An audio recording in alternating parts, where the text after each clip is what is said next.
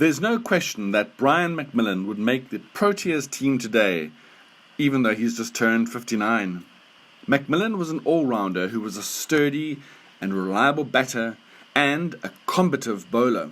He was really a true all-rounder as, although overall he was worthy of a place in the Test side, and he would often do the big things, a bit like Ben Stokes, the truth is he only took 75 Test wickets from 64 innings, which wouldn't win you a place in most Test sides as a bowler. His batting was very decent for the day, averaging 39.36, which was more than Hansie Cronje, 36.41, Kepler Wessels, 38.03.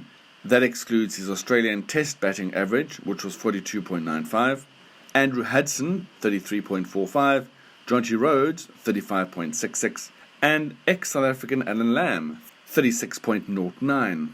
McMillan's average is skewed by a few factors, however, namely that he often batted lower down the order and was protected from the new ball. When McMillan batted at 6 for the Proteas, he averaged 26.84, and that would have been when the Proteas fielded 5 bowlers.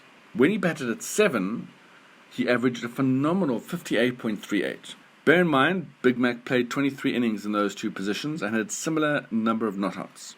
What stands out is that when he batted 7, wicketkeeper Dave Richardson batted 8, followed by 3 bowlers. Big Mac was then part of a 4-man attack. South Africa had 6 batters, plus McMillan, plus Richardson, who was also a decent batter.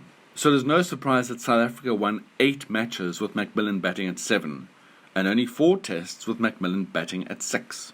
With Big Mac at 7, South Africa had extra batting power, which would usually translate into more runs. For the record, when McMillan batted at 8, which was just 6 times, he averaged 40.2 for the Proteas.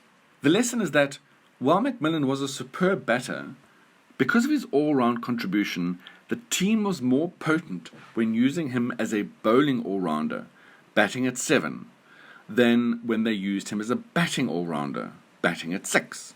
His bowling stats are pretty average, taking 75 wickets in 64 innings, at an average of 33.82 and at a low strike rate of 80.6. But he proved to be the perfect foil for South Africa's main pacemen, softening batters up and frustrating them, resulting in easier wickets for Donald, Pollock, de Villiers and so on.